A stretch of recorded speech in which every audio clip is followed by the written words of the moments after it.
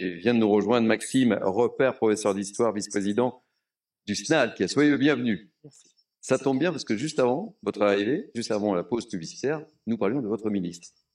Et nous allons faire un bilan de son action. C'est la raison pour laquelle je souhaitais que vous soyez avec nous ce matin. Tout d'abord, on va parler justement du manque d'enseignants. Plus de 3000 postes d'enseignants n'ont pas été pourvus cette année au concours d'enseignants. Vous me dites si je me trompe, mais 4000 postes étaient manquants en 2022, un niveau jamais, mais jamais atteint. On voit le sujet avec Sommeil à la Loup et ça nous permettra d'introduire le sujet bilan du ministre de l'Éducation nationale. Après un record de 4000 postes manquants en 2022, ce sont 3163 postes qui n'ont pas été pourvus cette année sur les 23 800 postes ouverts. Pour le premier degré, les académies où les déficits sont les plus sérieux sont celles de Guyane, avec 70% d'instituteurs manquants, de Créteil et de Versailles, où il manque près de la moitié des enseignants. Dans le second degré, si certaines disciplines comme l'histoire-géographie, la philosophie ou les SVT pourvoient tous leurs postes, d'autres sont déficitaires comme les mathématiques, l'allemand ou l'espagnol. Malgré une série de mesures telles que l'augmentation de 100 € net pour tous les enseignants dès septembre 2023, l'attractivité est toujours pointée du doigt. Si on ne met pas l'argent sur la table et si on n'améliore pas le fonctionnement de notre école, cette crise, elle va continuer et c'est toute l'école de la République qui à terme est menacée. Pour pallier à court terme cette crise du recrutement, les académies font appel à des contractuels, des personnes de niveau Bac plus 3 minimum, qui n'ont pas passé ou obtenu le concours d'enseignant. Les recrutements, c'est des choses qui durent une demi-heure.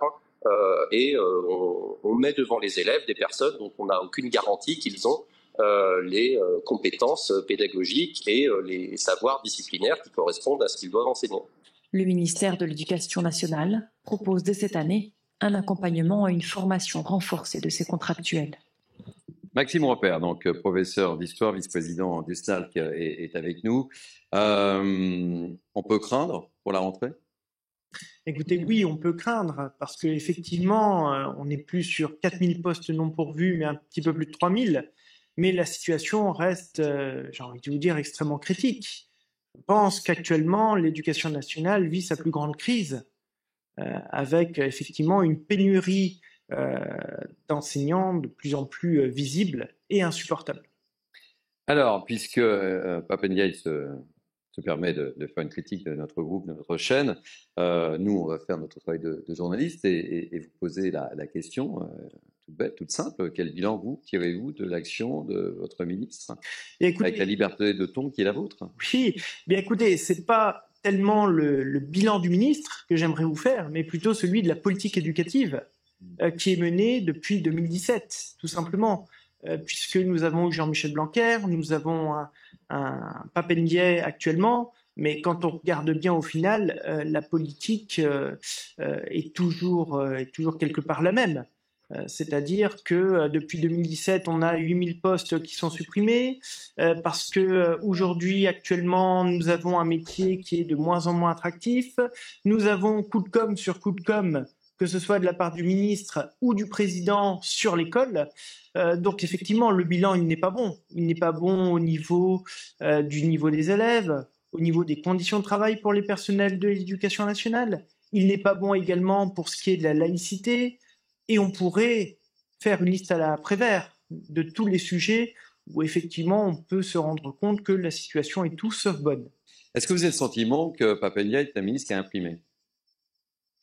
Écoutez, moi quand il y a eu la nomination de ce ministre, moi en tant que professeur d'histoire-géographie, j'étais assez intéressé par le profil de notre ministre, mais ce qui m'intéresse surtout, c'est la politique. Et on se rend compte qu'au final, il n'y a pas de réelle coupure entre ce qui était fait avant et ce qui est fait actuellement. Donc au final, on a l'impression que ce n'est pas tellement le ministre lui-même qui décide. En fait, il suit une direction qu'on lui a tracée, tout simplement.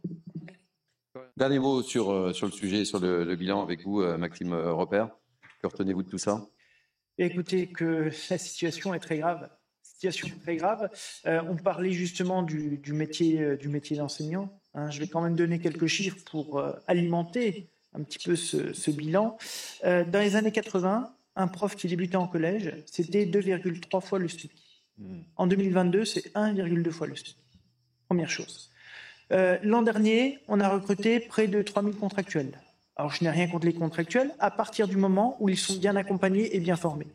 Qu'est-ce qu'on s'est rendu compte très vite, c'est que ces contractuels avaient bénéficié d'une formation qui est inférieure à ce que peut proposer une célèbre chaîne de fast-food à ses employés pour servir des burgers. Moralité, on fait un travail dans des conditions absolument indignes. Donc, qu'est-ce qui se passe? On n'a pas de changement, on va droit dans un mur, littéralement. Parce qu'on demande de plus en plus à l'école, on reconnaît de moins en moins le métier d'enseignant. La laïcité, effectivement, est actuellement en danger. Ça a été évoqué. Et donc, on demande à l'école de tout faire, de répondre à tous les problèmes de la société. Je rappelle que la première cellule d'apprentissage d'un enfant, ce n'est pas l'école, c'est la famille. On parlait du harcèlement tout à l'heure. Le harcèlement doit être traité et abordé au sein de l'éducation nationale, c'est une évidence, comme d'autres thématiques citoyennes et républicaines doivent l'être. Ceci étant, quand on parle de cyberharcèlement, par exemple, il faut bien se rendre compte que ce cyberharcèlement se passe principalement au niveau de la cellule privée. Et l'éducation nationale n'a pas de mainmise là-dessus. Merci Maxime Repère, je vous souhaite quoi pour la rentrée? Bon courage. Ouais. Beaucoup de courage. Et vous gardez la foi? Et naturellement. Il faut la garder. Il faut la passion, et je salue d'ailleurs l'engagement de tous les personnels de l'éducation nationale et des enseignants en particulier qui font que l'école actuellement est encore debout.